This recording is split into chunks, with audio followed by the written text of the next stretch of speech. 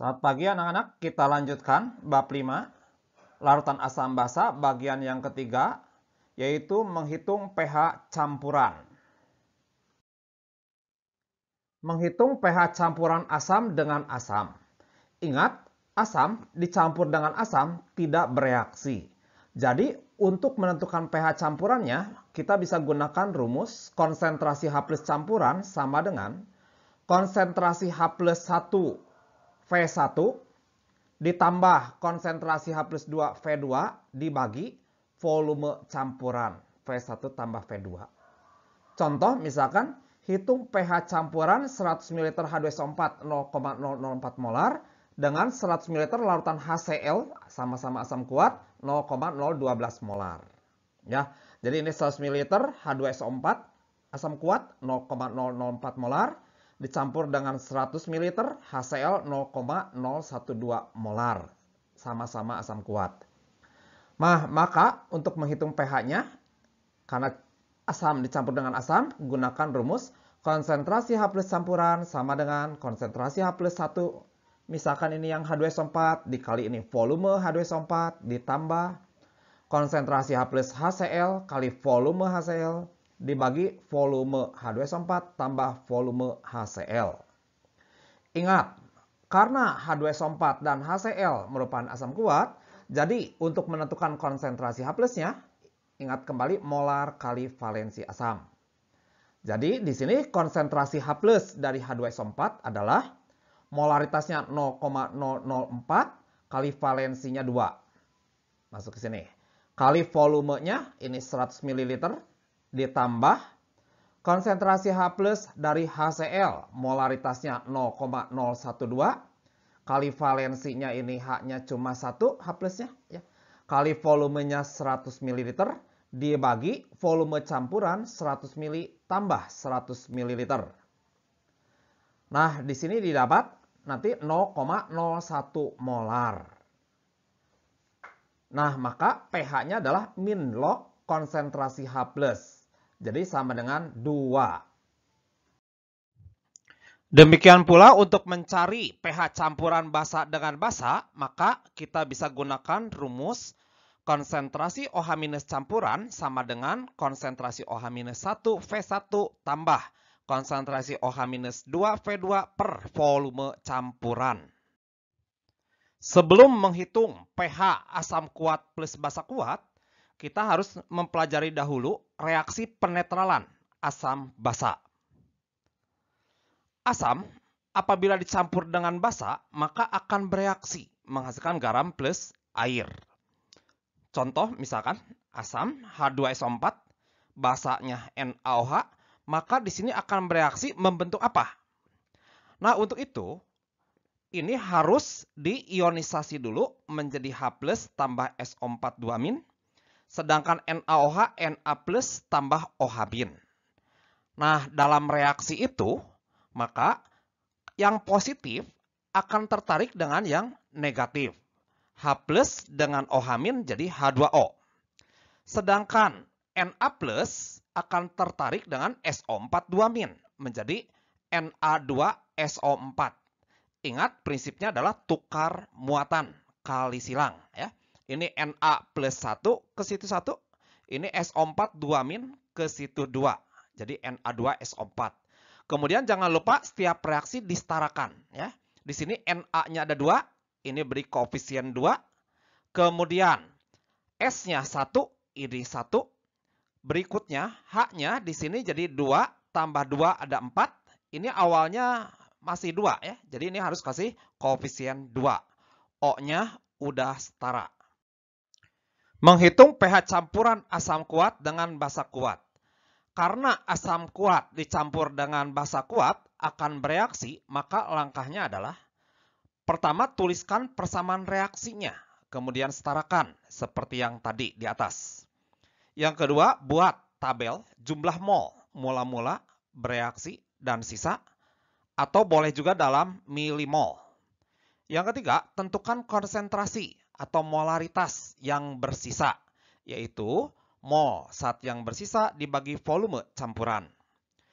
Nah, langkah terakhir, tentukan pH larutan sesuai rumus pH larutan tunggal. Apabila tidak ada yang bersisa, berarti pH sama 7, bersifat netral. Apabila asam yang bersisa, berarti gunakan rumus asam kuat. pH-nya di bawah 7. Sedangkan kalau basanya yang bersisa, gunakan rumus basa kuat. pH-nya nanti pasti di atas 7. Contoh, hitung pH campuran 50 liter HCl 0,1 molar asam kuat dengan 50 liter NaOH 0,1 molar ini basa kuat. Karena asam dicampur dengan basa, maka bereaksi. Langkah pertama buat dulu reaksinya. Ya. Jadi HCl plus NaOH. Ini Na plus berikatan dengan Cl- menjadi NaCl. Ini H plus berikatan dengan OH- jadi H2O. Setiap reaksi disetarakan. Ini udah setara. Kemudian buat mol yang mula-mula. Mol itu molar kali volume. Jadi ini 0,1 molar kali volumenya 50 ml. Jadi didapat 5 milimol.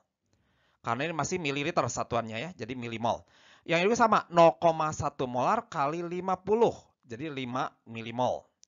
Yang bereaksinya belum tahu. Nah sekarang karena ini dua reaksi diketahui molnya, maka harus hitung reaksi pembatasnya dulu. Ya. Nah ini 5 milimol bagi koefisiennya 1.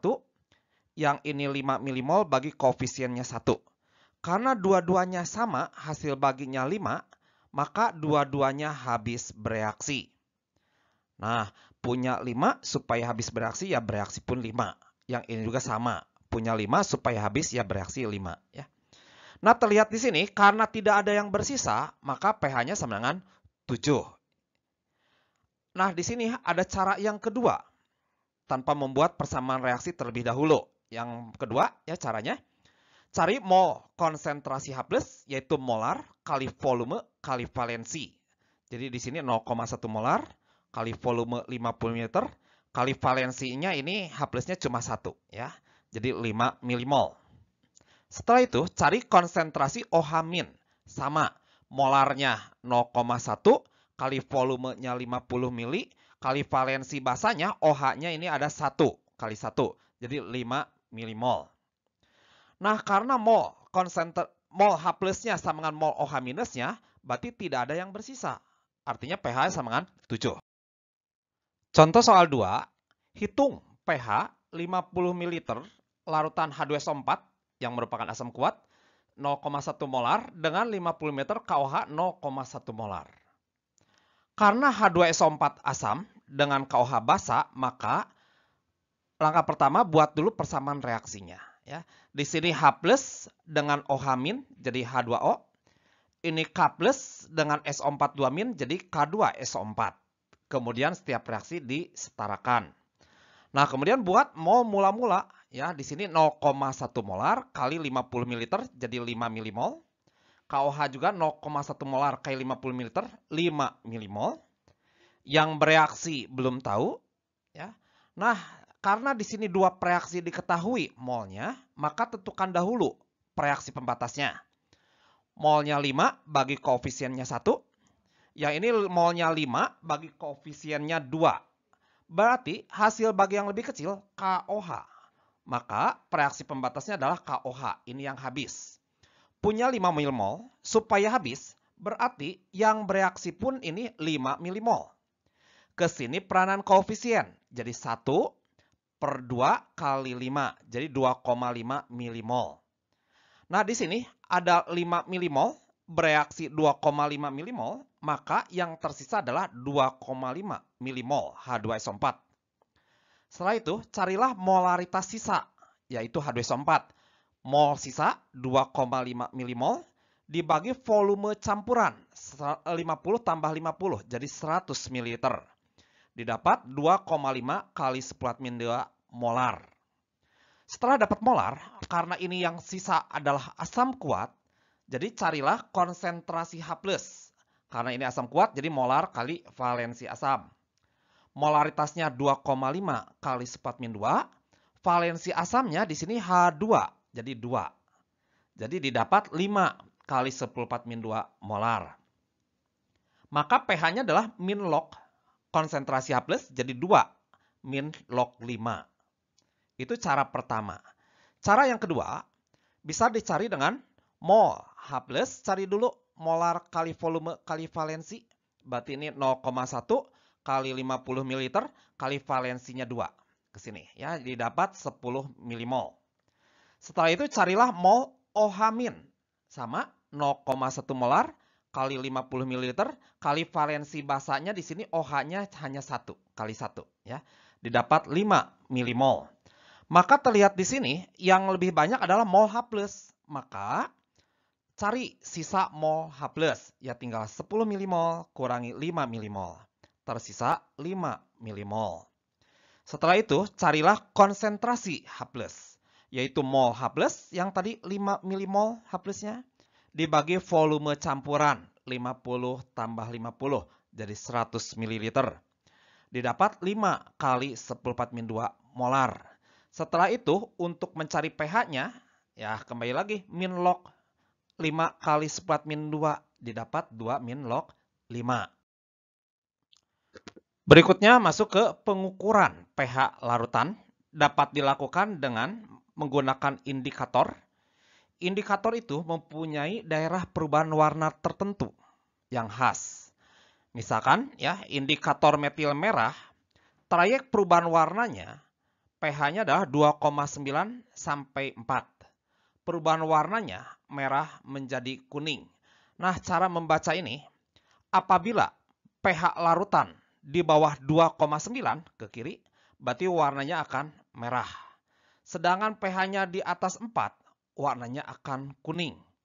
Sedangkan pH-nya kalau antara 2,9 sampai 4, berarti warnanya juga antara merah dengan kuning, misalkan orange. Yang lain juga sama, cara membacanya seperti itu.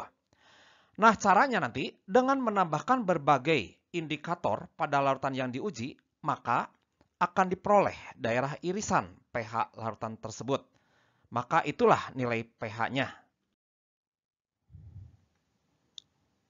Contoh soal, ya. Larutan X diuji dengan metil merah warnanya kuning, dengan BTB biru, dan fenoftalen tidak berwarna. Berapa pH larutan itu? Ya, saya tampilkan lagi tabelnya tadi. Maka dari sini bisa dianalisa, ya. Tadi metil merah warnanya kuning. Nah, lihat metil merah ini warnanya kuning sebelah kanan. Berarti pH-nya di atas 6,3 yang kanan. Kemudian dengan BTB warnanya biru. BTB ini warnanya biru sebelah kanan. Berarti di atas 7,6. Terakhir dengan fenoftalin tidak berwarna. Fenoftalin tidak berwarna yang kiri berarti di bawah 8,3 ya. Nah, setelah itu kita buat irisannya ya. Di sini pH-nya tadi di atas 6,3, kemudian di atas 7,6 ke kanan. Terakhir ini di bawah 8,3 berarti ke kiri. Nah, didapat irisannya adalah 7,6 sampai 8,3. Berarti kesimpulannya pH larutan X antara 7,6 sampai 8,3. Selain dengan larutan indikator, bisa juga digunakan indikator universal. Yaitu gabungan dari beberapa indikator dapat berupa kertas serap ataupun larutan. Nah, ini contoh gambar ya, ini indikator pH universal. Ada yang bentuk stick, ada juga yang bentuknya ini gulungan ya, roll. Atau bisa juga alat yang lebih teliti yaitu dengan pH meter, alat pengukur pH larutan dengan akurat ya. Bisa berupa yang seperti ini ya. Atau bisa juga seperti ini ya. Jadi ini secara digital ini bisa sampai hitungan pH-nya sampai koma